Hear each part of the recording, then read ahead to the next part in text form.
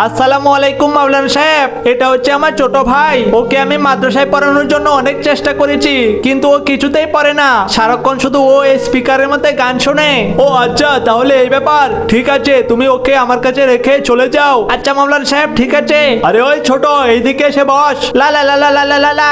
আরে ওই পাগল, তোর নাচানাচি বন্ধ কর, তা না হলে মাওলানা সাহেবের হাতে কিন্তু মার খাবি।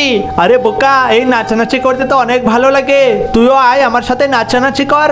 ওই পাগল, তোর নাচ এবার বন্ধ কর, তা না হলে মার খাবি।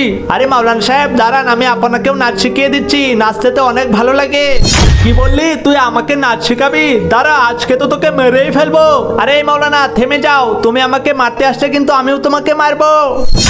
এ কি, মনে হচ্ছে তো এই ছেলেটার মধ্যে অনেক বড় একটা শয়তান রয়েছে। মনে হচ্ছে এবার ওই শয়তানটাকে বাইরে নিয়ে আসতে হবে। আরে ওই শয়তান, তুই এই ছোট ছেলেটাকে কেন এইভাবে বিরক্ত করিস? তাহলে শোনো মাওলানা সাহেব। আরে ওই, তুই আমার সাথে সাথে ডান্স কর, দেখবি অনেক মজা লাগবে। এই ছোট ছেলেটা আরেকটা ছোট বাচ্চাকে জোর করে নাচ শেখাচ্ছিল, আর সে কারণে আমি ওকে এখন সারাক্ষণ নাচানাচির মধ্যে রাখি। মাওলানা সাহেব, আপনি বেশি করলে কিন্তু আপনাকেও নাচানাচি করতে হবে। কি, তুই আমার সামনে দাঁড়িয়ে এত বড় কথা বললি? দাঁড়া, তোর একটা ব্যবস্থা এখনই করছি।